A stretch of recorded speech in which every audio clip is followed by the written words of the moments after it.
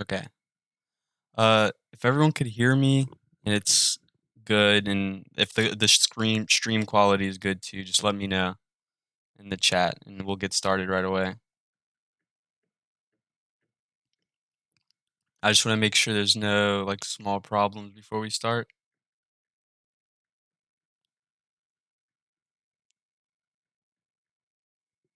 Okay. And just for future reference, if the stream quality kind of goes bad or if it gets blurry, you can take it off of auto for quality in the settings wheel and set it to like 720 or 1080, something like to where it'll try to force it to stay that quality instead of like fluctuating with my internet connection. All right. So, hello everyone. Thanks for coming to our TensorFlow GDSC workshop. Uh, I hope everyone had a good day. We're just kind of trying to find a good Google technology that is not really talked about on campus, and our group decided to touch on TensorFlow this time around. Normally, we do these hybrid events where they are live streamed for those who can't make it, but they're also in person. This time around, we just did a little different and kind of went full stream, and just to see, what happens, how's it turn out, and stuff like that. So to start off, I kind of just wanted to show everyone the Wix and SSL hackathon that's coming up. Well, we're also involved, even though we're not part of the name. A lot of the GDSC members and core team members are helping out. We're being mentors for the event to help out with some teams. If I highly recommend if you're like a freshman or a sophomore, or really like looking for any kind of experience to like put on your resume and whatnot, I like highly recommend just finding some friends, finding a small team. You could even do it solo and they match you with a team, uh just so you could build on an actual project, and like use your own skills that you've learned to build it.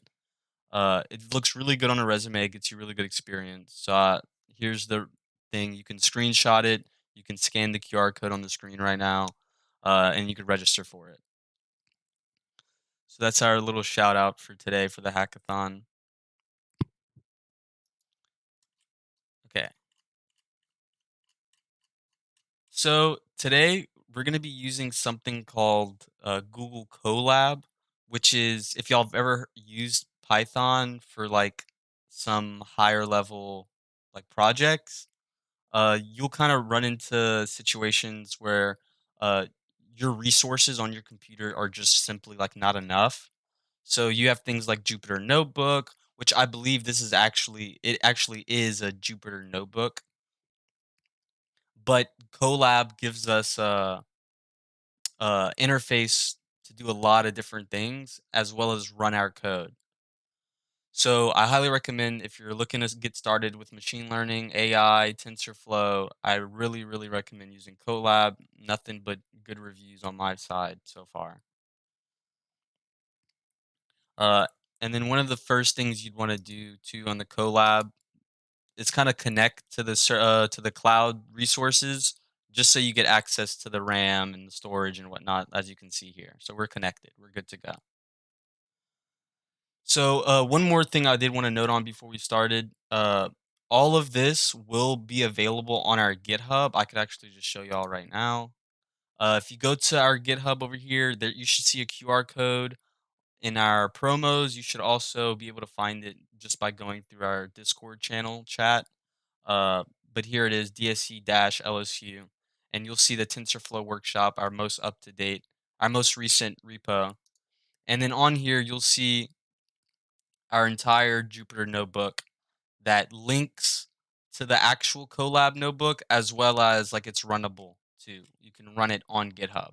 Really interesting, neat feature they added to Colab.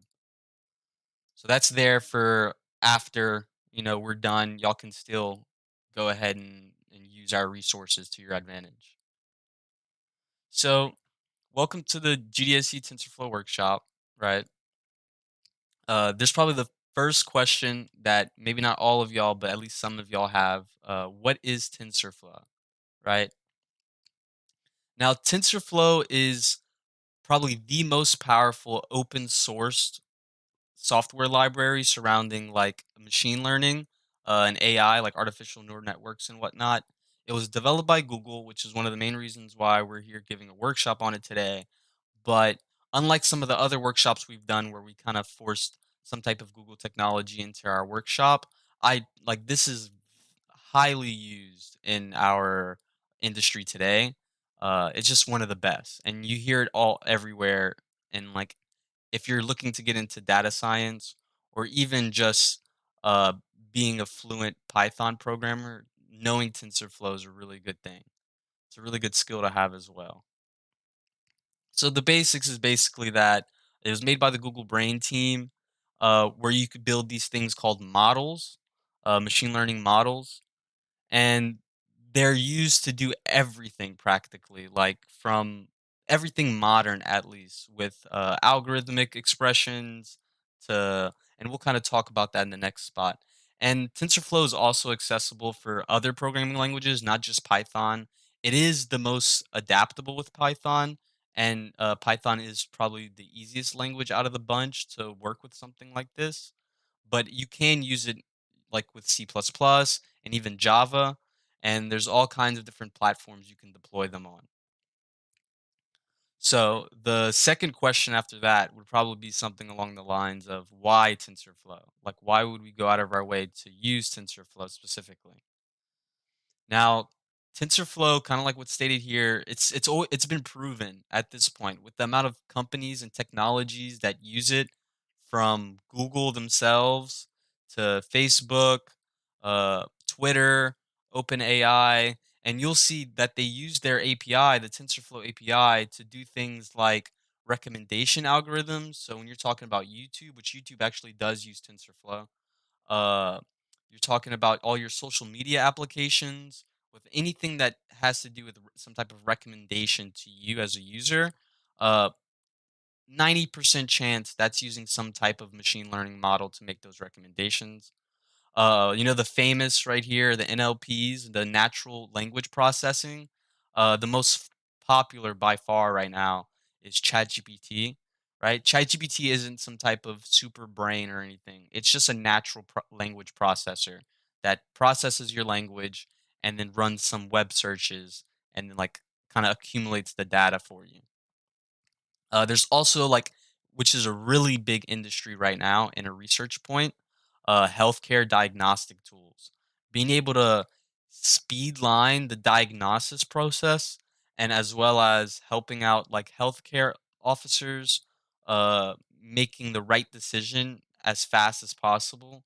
That's a huge research point that isn't stopping anytime soon, and they're using machine learning and neural networks to try to work to solve issues like cancer and other genetic related diseases. So yeah, TensorFlow is just extremely useful. You can basically plug it into almost any application you can think about. Honestly, nowadays it's harder to not imagine. It's harder to imagine a software without some type of machine learning involved, because we've reached that point of software. So let's kind of dive into exactly what deep learning is. Because deep learning is it sounds like machine learning, and so you might just already have kind of tied the two together. And like when you hear machine learning, you think one thing, and when you hear deep learning, you think the same thing.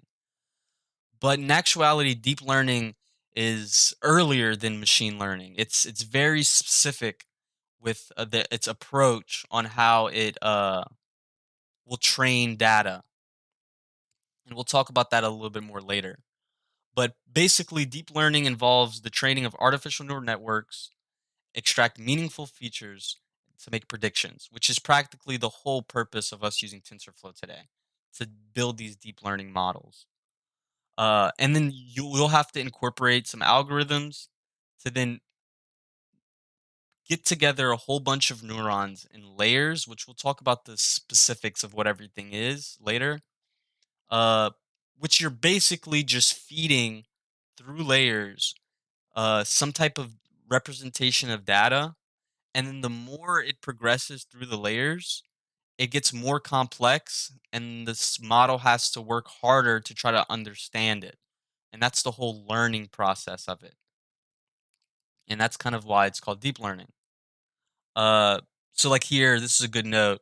These layers are typically organized in a hierarchical manner, with each layer learning from the previous one. And that's kind of the tying back to the main thing about deep learning, which is gaining complexity as it's going through these letters. Making it making more accurate predictions for your model.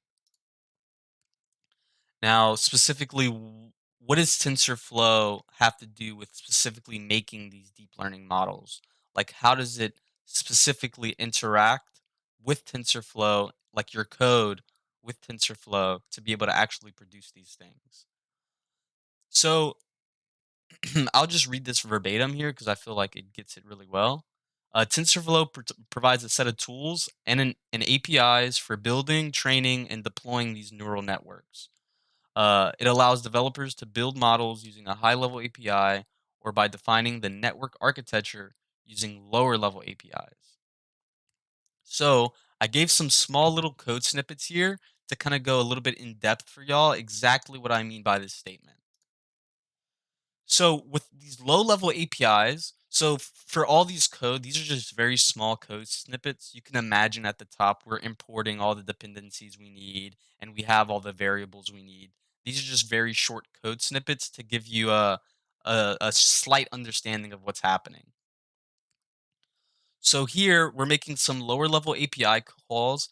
TF is usually what you would see people import TensorFlow as just because I don't know, it's just one of those things that's stuck around in industry when using TensorFlow. You watch any TensorFlow YouTube video, they're gonna be using TF.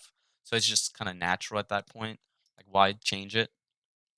But anything you see here, TF, that means we're using the TensorFlow dependency. Now, not all of these specific method calls are using the low level API, but a lot of these, for example, session run, as well as our reduce mean. And here we have softmax cross entropy, and then the NN, right? The neural network. All of these methods are being called from TensorFlow's lower level API, which its whole main point is to create the actual architecture of your neural network. And we'll get into that right after this, exactly the different types of architecture and how to define them. But when you're using lower level API calls from TensorFlow, you're specifying exactly what kind of architecture, like how many layers, uh, whether or not it should be uh, flattened, or whether or not we should incorporate this specific layer and this specific node. That's all lower level API calls. Now we're diving into the high level API call examples. So here we have our layers.dense. So this is the layers dot I forget the other one actually. There was another one that I can't really remember too well, but the initializers as well. Now this is all using TensorFlow's high level API. And practically what we're doing here is we're doing some of the higher logic functionality of our model, aka defining the labels, initializing the weights. So over here, when I say define the network, right? You might say like, hey, like what's up with that? Whenever we're defining the network up here, this is actually using a pre-built initializer called kernel initializer. So it's kind of bypassing using this low level API over here. You'd have to do a lot more of this code on top of this code to get it all together, which is what we did today and we will talk about. And then one thing I actually forgot to note is on top of their low level and high level APIs, TensorFlow also provides pre-made, predefined complete models that you can work on, adjust, just by doing this short code right here. So this would probably, it all depends on your use case, right? Like what is your reasoning for using TensorFlow? If you're not trying to be a machine learning expert, so to speak, if you're not trying to define complex neural network systems, even custom neural network systems that might be in hybrid of more than one, uh, you might want to do that if that's what you're pursuing. But some people are just trying to build an app, right? They're just trying to build some type of product, and they just need something to be done a certain way. Using the deep neural network classifier right here, DNN classifier, this allows you to just give the directory to your model that you can get from, and I'll show you later. You could get from Kaggle, you could get from TensorFlow's website, and you can also get from Keras, I believe, which we'll talk about that too later. Exactly what those dependencies are. But yeah, it's as simple as this: defining the labels, creating the attaching your model, and then training the model, just like that. So now, kind of like what I talked about earlier, what would come with defining your own network architecture, right? Like what makes the difference in between different types of networks, right? Like why do we choose one more than the other, for example? I will preface this by saying today we will be using like the CNN network model, but I'll let y'all kind of see exactly how we come up with that once I explain all of them. So, just to start off, we have the FNN, the feed forward neural network, and this is the most basic type of neural network. And you're usually given one input layer and one output layer, and the hidden layers in between can be as many as you want because that's just what's filtering your data as you go to output. As you can see here, this is most commonly used for classification and regression tasks. So to be specific, if everyone here is not necessarily experienced in machine learning and AI, classification tasks would be something like this is a picture of a dog, this is a picture of a cat. You train it to then learn the dogs and the cats, and it should be able to classify dogs from cats now, right? That would be a common classification task.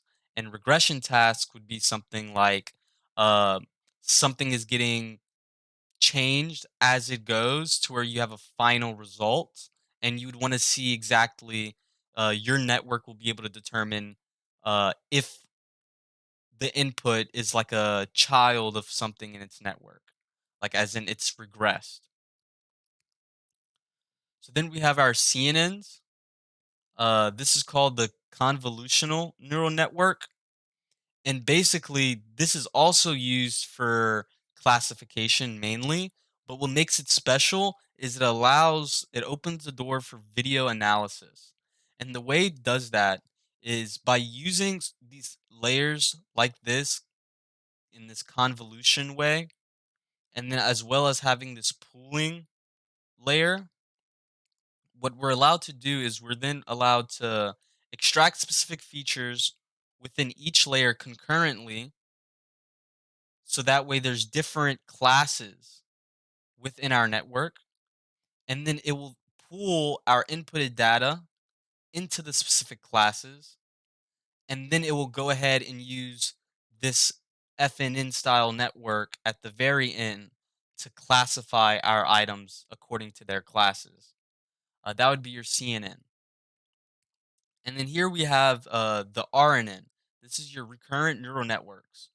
And as you can tell by the picture, this is just like our FNN, except the only difference is we have this loop around right here, which basically allows for our code to be reused in a feedback loop so that way it can remember previous inputs. So to be specific, its main benefit is that it's able to build to a more accurate prediction faster.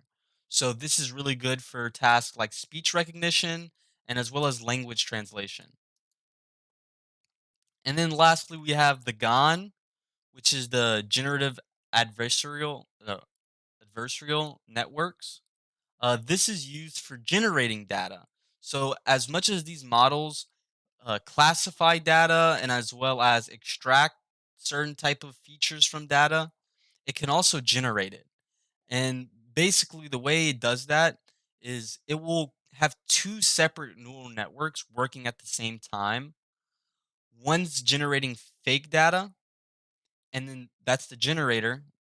And then you have the discriminator comparing the generated data to your real inputted data.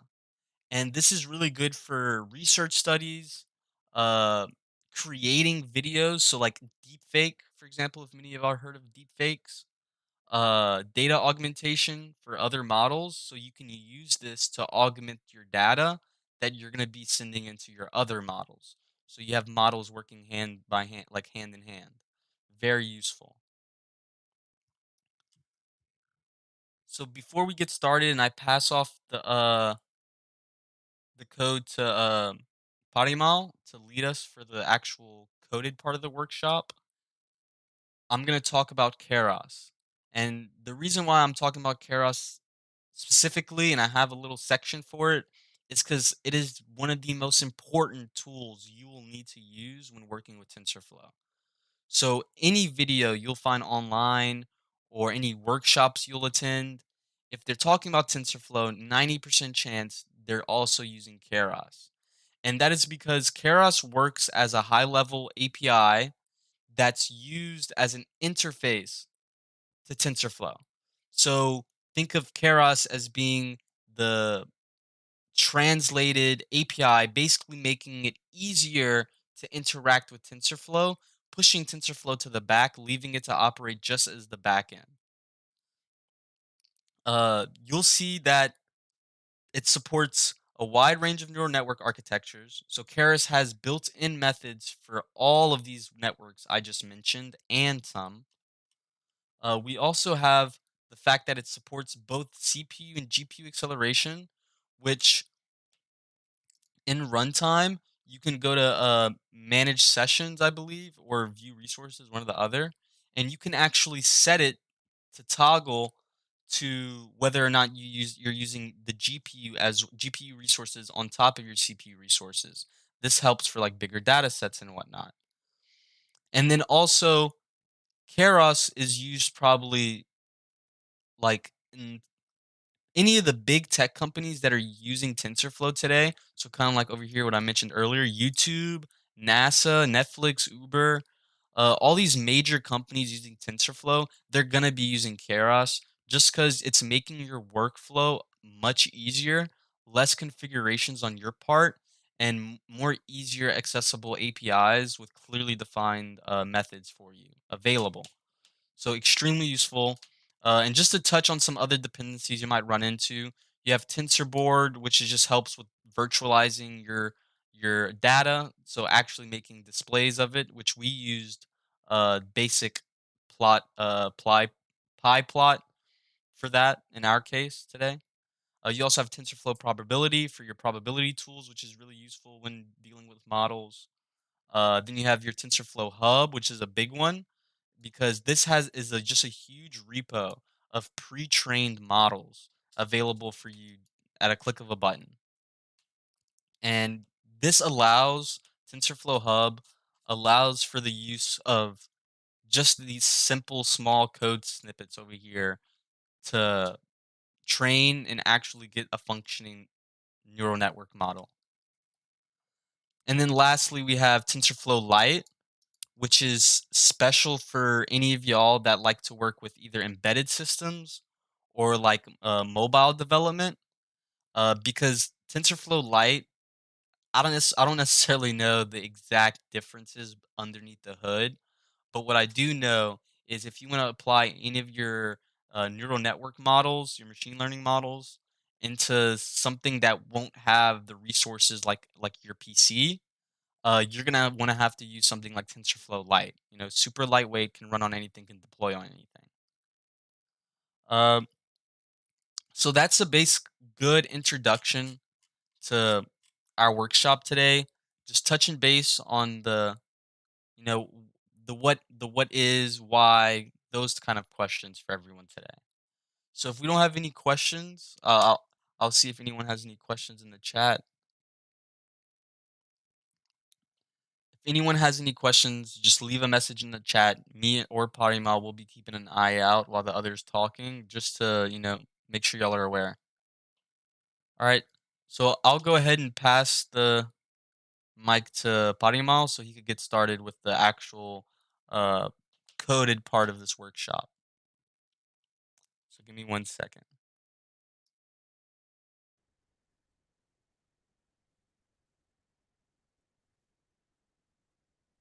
Okay, you could go ahead and talk, Parimal. Hey everyone, welcome to the coding part of this TensorFlow section. Can everyone see my screen? Okay, great. So first, in this section, we are going to build a neural network model, like convolutional neural network model, to identify the images, right? And then, like the first step would be importing all the necessary things we need. Uh, we would need NumPys, um, TensorFlow, and Keras from TensorFlow, which we are importing here. For plotting the graphs, we'll be plotting the graph to see how the accuracy levels of our model are. So for that, we would be using the matplotlib in Python. Once we set up these imports, now we are ready to go uh, to install our dataset. Like here, we are using minced dataset, which is a pre-built dataset from Keras library. Uh, and yes, it is a pre-built dataset from Keras library. There is nothing much to do to import the dataset. There are about 10,000 images of numbers from 0 to 9 in that dataset. Here we are initializing minced, like we are loading the minced dataset to our TensorFlow file, uh, and then we are initializing the training data and testing data. Xtrain store here in this line, Xtrain stores all the images available in the library, and Ytrain stores the labels, like the names of the images in the dataset. Xtrain and Ytrain are the data sets which we are going to train in our models. Xtest and Ytest are the data sets which we are initializing, just to check how how well, just to check how accurate our training data sets are. And in the next line, uh, this 255 pixels, we are dividing Xtrain data and Xtest data with 255 pixels, because by dividing by 255 pixels, it makes it easier for our model to read the images quickly. Now let's run the model. Great. Uh, and now we also need to label the data. Like uh, we have, we know that we have a set of data, and we exactly don't know what each label says. For that, we are initializing an array labels, from 0 to 9. So these 10,000 images are only from 0 to 9 numbers, like they are different set of images of 0 to 9. Uh, yes, now let's move to the model architecture of our uh, CNN network. So uh, to build a model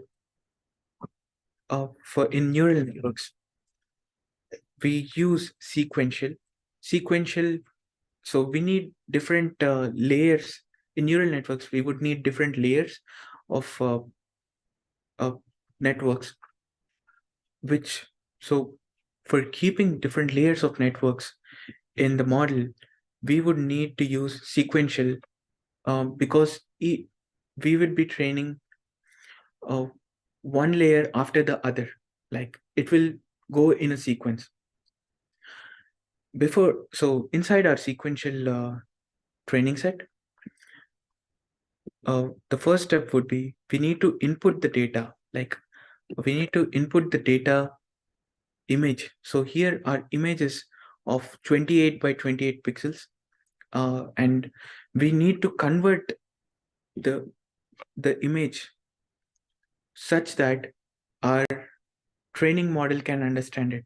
For that, we are using flatten to convert the image into a training that our model can understand. Then we start building our layers, right? So here I have the first layer with 256 neurons and with an activation called ReLU. Um, so this kind of builds up our model with analyzes our model with 256 neurons and activation as ReLU activation, which is mostly used to train the models. And then we have a dropout layer. Uh, so what the dropout function does is like it cuts off the estimation, like it cuts off the estimation of our predictions, so that we are not overestimating our model, right? We are not overestimating our predictions. Then like that, we would do another like one or two uh, layers just to make sure our predictions are perfect and clear to understand. In the end, we would be using softmax activation, which takes 10 labels as we declared here, which takes about 10 labels we declared, and compiles like which takes the 10 layers we declared and computes them. So this is the basic structure of any neural network. Like we would use sequential for almost most of the neural networks, and then we would have some dense layers, like layers to train the model. And once after we have this, this is our basic model structure. We use dot compile function, like dot compile method, to compile the whole model. Uh, so inside the compilation, we'll have optimizer, uh, loss, and metrics. So for optimizers, we generally use Adam optimizer, which which tells the model basically how to learn the um, learn the track, like uh, how to learn from the graph, or how to learn from the stats. And loss, we use sparse categorical loss entropy just to just to make an estimation of loss functions, like how much prediction are we losing, and like what how our estimations are, how much energy are we using to estimate to predict an image. uh, yes, that's basically a CNN model for uh, to train. So uh, yeah, this is the stuff uh, what we are doing here. The last layer, so just to summarize, the last layer we will have about 10 neurons with which will correspond to 10 possible classes.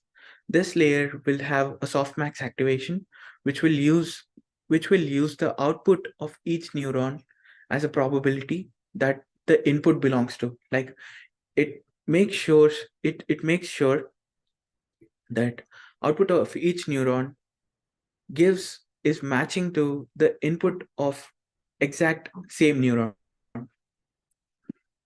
Uh, yes, as I said, dropout layer dropout layer prevents us from overfitting. So here our dropout is 0.2, right? So it takes 20% of our prediction and initializes them to null, zero values, because we don't want overestimating in our predictions. Just so that our predictions are very accurate. This should be done just to make our predictions very accurate. So uh, we are compiling the model using Atom Optimizer uh, just to adjust the learning rate. So if you see here, we kept the learning rate as 1e minus 5, uh, which is a commonly used learning rate. If we have kept 1e minus 4, the learning rate would be slower. The precision would be like, it would cost us some time and our precision in our predictions. Yes, in the same way, similarly, why do we have to, so what are we using TensorFlow? Where exactly are we using TensorFlow here, right? So here we are getting the sequential model from TensorFlow, and inside TensorFlow we are using Keras API, as Adam said, and from Keras API we are pulling out the models, and in Keras there are many different models to train a data set, and from models we are picking the sequential. Same here, like from TensorFlow we are taking uh, from Keras we are taking layers, and we choose what functionality we want to perform here, right? At flatten we want to convert the shape of our given image. So let's let's go to the next procedures. This is the basic structure of CNN. Similarly, there are other neural networks like recurrent neural network, RNN. Let's see how it looks. I'm not going to implement RNN in this session, but if in future we may consider doing that in next TensorFlow workshops. So this is a basic RNN model where you use, as I said, like you use this layer. So from Keras, we are using layers, and from layers, we use simple RNN, which Keras takes care of. Like Keras takes care of computing uh, RNN or CNNs as we declare them, right? Same here, we are declaring input shape and activation ReLU. It is basically the same structure uh, and a dropout functionality, so that we avoid the overfitting with a softmax activation. Always we need to make sure that there is activation, softmax activation with in the end, so that our code computes properly. Let's run this. So so when we run this, our model is ready now, and when we hit model.summary, it gives the summary what exactly is going on at each layer. So if we look at the model summary, at flatten, there is nothing much going on because we are just taking the shape, and at dense layer we are passing over 256 neurons with the shape of output. This is output and shape, so we don't have any outputs or in whole our model, but we have our neurons which we initialized here. Like there are 256 neurons. So uh, our model would be taking these many parameters from the dataset, and it's using them uh, to compute, and uh, make the predictions. Yes, so same thing here at the second layer, and in the end we have the same for So as the number of neurons decrease, the parameters also decrease, uh, which makes the model understand how exactly the pattern is going on and what it can predict from the pattern. Uh, yes, so that's our summary. Now let's try to. So this is one of the core step in this in compilation process. Here we are training our model properly, like we. So model.fit. So we are going to use model.fit from Keras API to train our neural network. The xtrain and ytrain variables are input images and their corresponding labels are respectively. So xtrain is, as I said, xtrain is the input image and ytrain is the labels for our image with a batch size of 64. So every time, so with a batch size of 64 and there will be 4 epochs. That means our model will run for about 4 times with 64 inputs. Like there will be 64 images and or labels respectively to train our model. And here we use validation data to calculate the accuracy of our trained model. So our model will be trained. Yes, let's run the training. So our model will be trained for about 4 epochs with the batch size of 64 and xtrain using xtrain and ytrain variables with the validation data of xtest and ytest.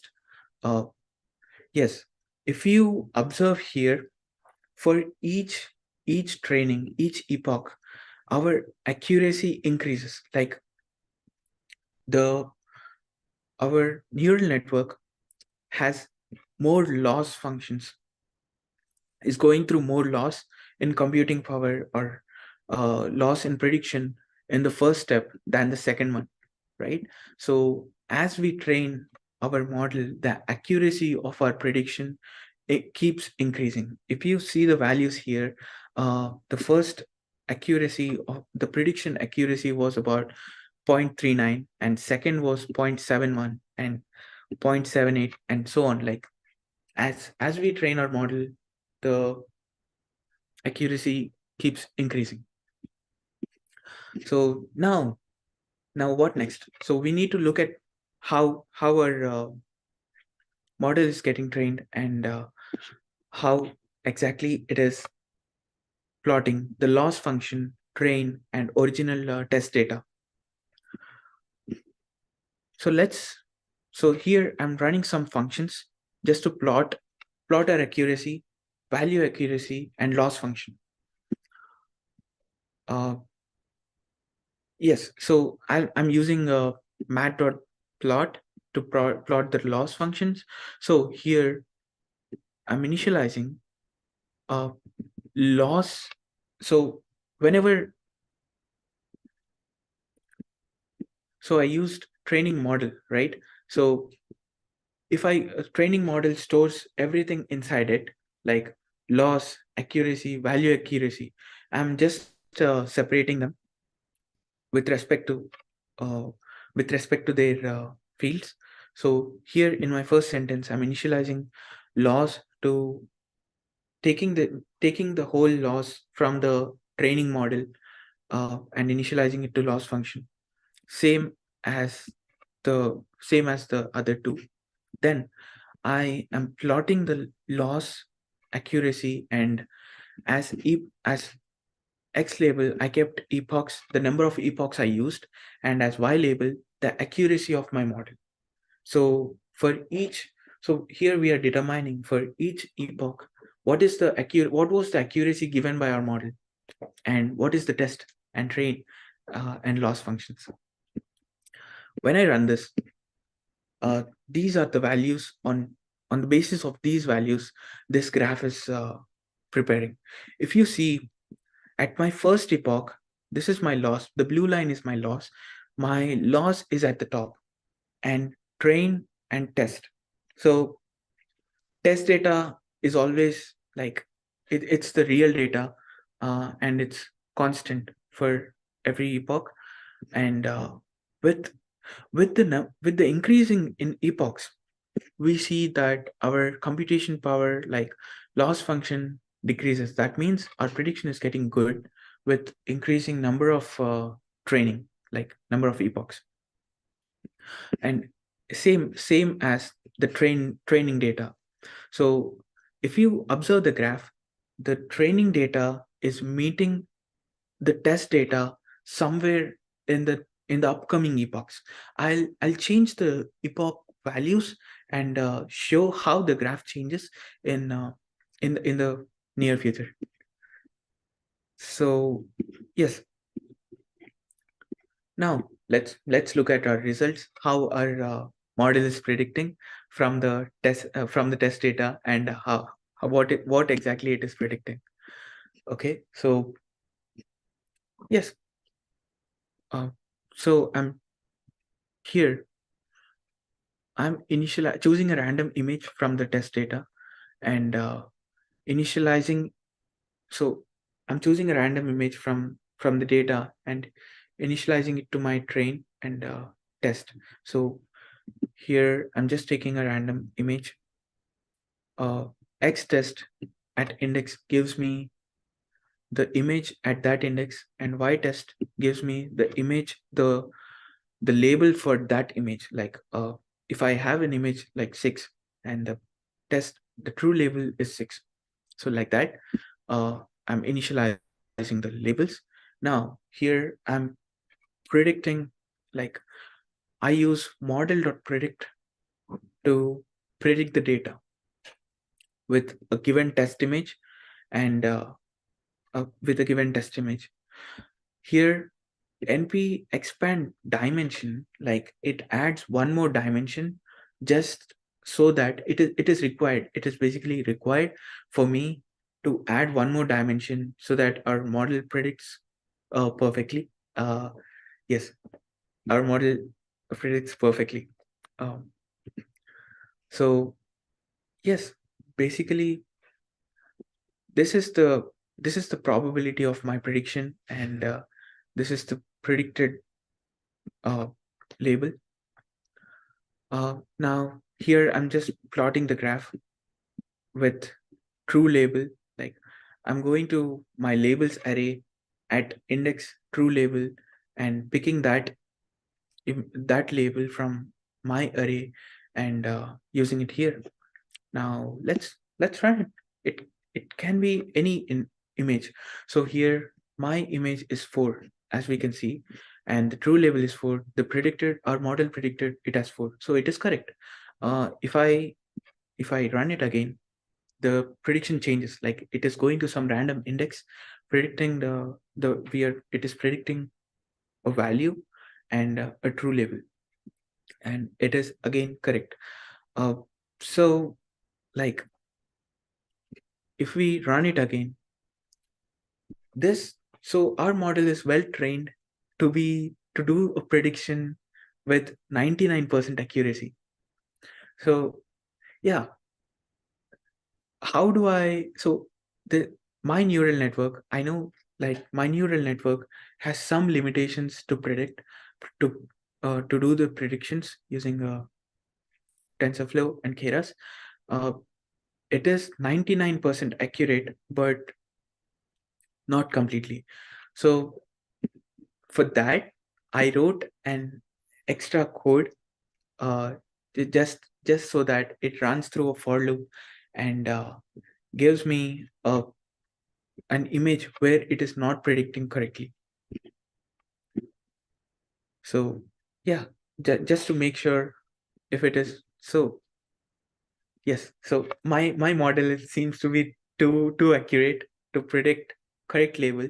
In this code, I just wrote that I just said the um, I I just wrote the code like, if my model prediction is not equal to true label, then give me the image with the uh, give me the image with the true label and predicted label.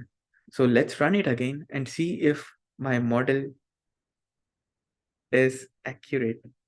It seems, yes, there you go. Yeah, it was very accurate that it was very accurate for the first two times. It did not give any error, but here I got one out of say 15, like one out of 15 outputs as wrong. So that gives my model accuracy, like it is a lot accurate than it is accurate. It is truly accurate.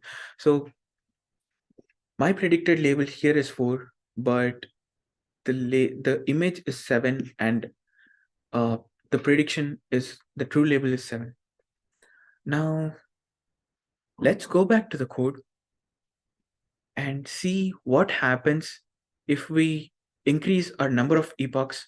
Remember this graph and let's see what happens uh, when we increase the number of epochs, like number of times we train the data, right?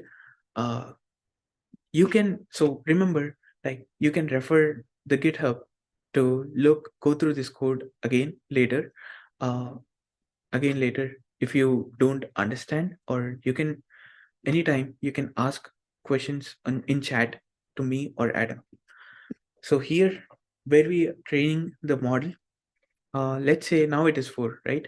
I am making this epochs as 10 and run it. It runs for it runs our model for 10 times, and the accuracy keeps increasing as always. Let's see what happens in the graph. So it is easy to visualize than just look at these values. I always feel like it is fun to visualize than looking at the values. So let's see what happens if when I'm training it to 10 epochs. I did want to mention, Parimal, real quick, that Yes. I do believe, and you can mistake me if I'm wrong. Is it training it 10 more times? Because the accuracy is starting off at like a higher accuracy. So is it like, is the collab remembering our Yes. model? Okay. I just wanted Yes. to make sure of that. That's a good point, Adam. Because you are right. Like when so I'm running again. So my model has already been trained for about 5 epochs, and its loss function was at 1. At 1, if we see the graph, so it loss function initially was at 1.8, 1.9. It's a lot high, right?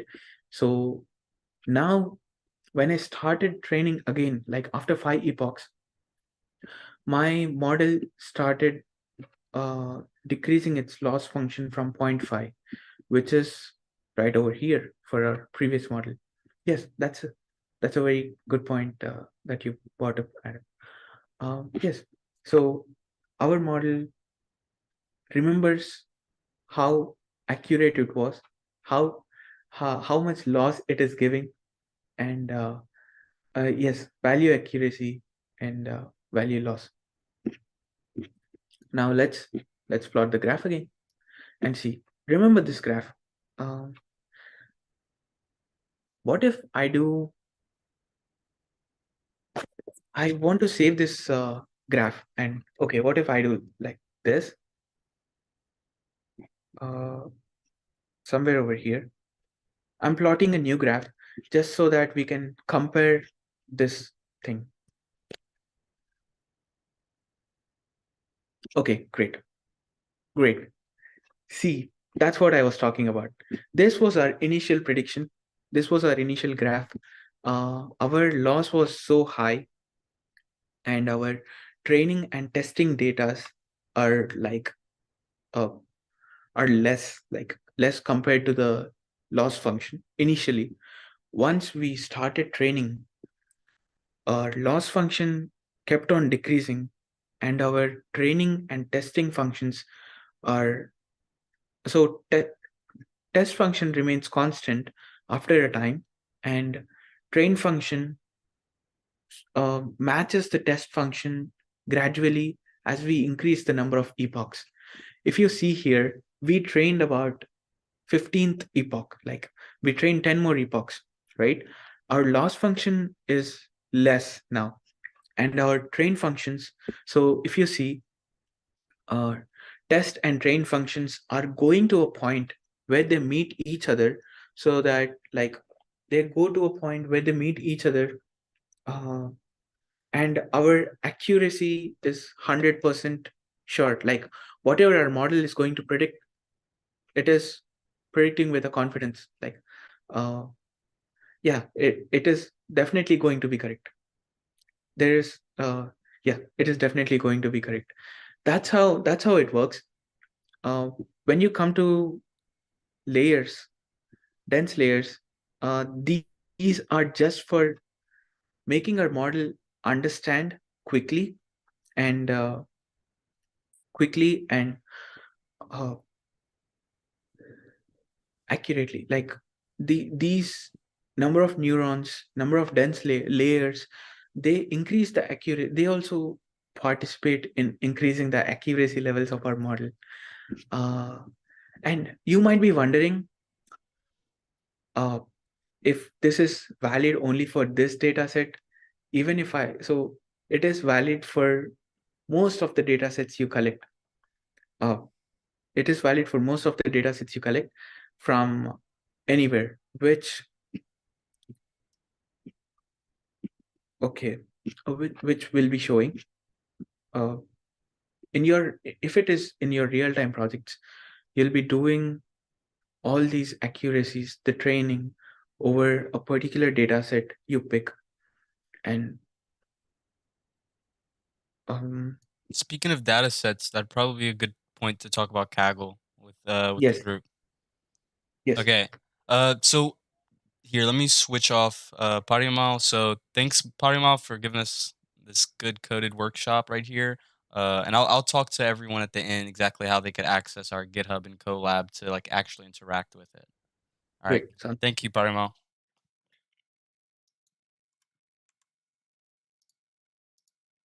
Okay.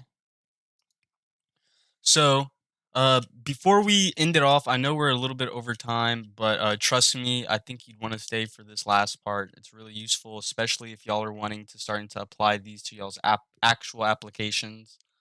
Uh, so here we have something called Kaggle, and Kaggle is basically a platform that basically like you can search up any type of model data set, and I believe they even have like notebooks just like this Colab Jupyter notebook. They have notebooks with pre-made code to do certain research things, whether it's detecting uh dead plants from healthy plants and etc. So here I gave a small little screenshot of what you'd expect. So I typed in UFC. And as soon as I typed in UFC, it gave me, I found this really good one, 264 kilobytes large with a README explaining exactly what's going on. Super, really nice website. It's like the GitHub for data. That's literally what it is. I do have a link down here to where y'all can access that. So y'all could use it in y'all's own personal projects. And then Kaggle can also be used like in your code. They do have an API which is linked right here in Kaggle Docs that allows you to just simply pip install it and then use the API to use the Keras API to then train a specific model you've gotten with from Kaggle right here in this path. You would just put the path to your model. Uh, so let's go show you that real quick. So for this little short example I gave y'all to end off this workshop, I used Pokemon images, and so just to give you a quick overview of exactly how the process would go to taking this easier route. You'd search up what you want. I found Pokemon images.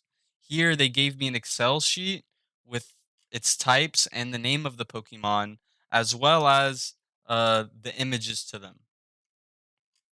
And they give you notebooks that utilize Pokemon, whether for whatever it's for, like uh, Pokemon auto encoders, auto completion for Pokemons.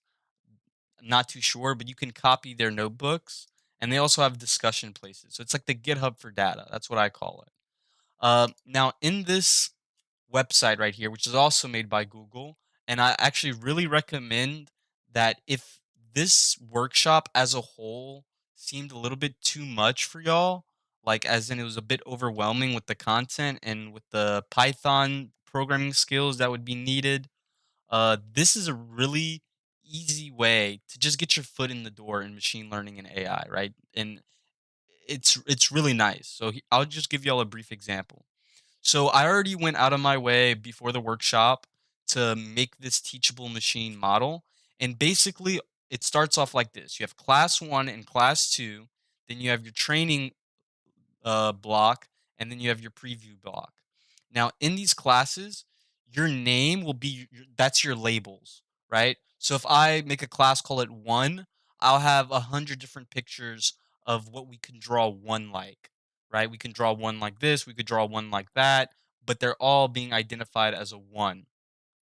Uh, that's what the class names are.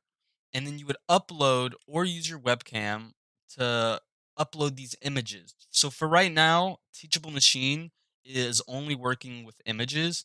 They do have some other stuff, they have one for motion. Uh, you also use your webcam for that one, so you could detect sign language. For example, there was a really neat project some like young girl made, like she was in like middle school, where she basically used teachable machine to translate certain signs to translate sign language in real time. Like you put the camera on someone who's using sign language and it translates it in real time.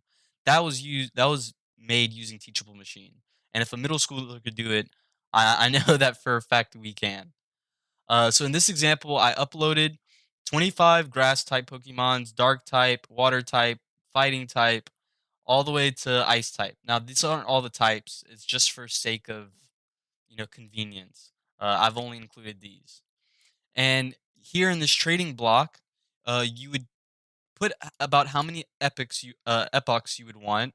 And as they say here, and kind of like what Parimal also stated, the increase of epochs will determine the accurate will also increase your accuracy overall. Then we have the batch size, which I've set to 32. We can set it to 16 or 32 for this set, but I wouldn't recommend going anything. I wouldn't recommend putting a batch size for anything that'll like take. So, like for example, 64 will almost be able to do 2.5 classes in one batch. I don't really want that personally. I want it to be very like individualized in the training so we could get the training done better. So I just have it set at 32 for now. The learning rate, kind of like what Parimal said, this is a common learning rate just to start off with. And then what they said here, just changing it a little bit can greatly affect like how it works. And then they also give you options to see how it's running, like with the resources, whether it's CPU, GPU, whatever. So let's go ahead and train this model for 100 epochs with this batch size, and y'all will see exactly what happens here. So it's preparing the data for us. Okay. So as you can tell, this is training a lot faster than our workshop with just 5 and 10 epochs. And that is because uh, we had a much bigger data set. The data set that we had used for the workshop today was just a whole bunch of different ways you can write certain numbers. So the data set was huge. It wasn't just 9 numbers. It was massive. So the epics took longer. So take that into account when you determine your epics. It also follows like your overall data size, like how big's your data set. Now, kind of like what I stated before, you could use your webcam, but for this case, we're going to use our file. And I know we're getting late, so I'm going to kind of get on with it.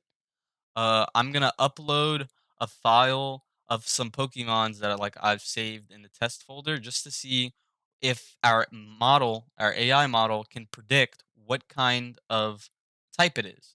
Now, I already went out of my way to make sure none of the Pokemon that I have in my test case already directly lie within these classes, because at that point, the machine learning worked good enough for where it could at least identify the exact same picture that you're giving that already exists in its data set.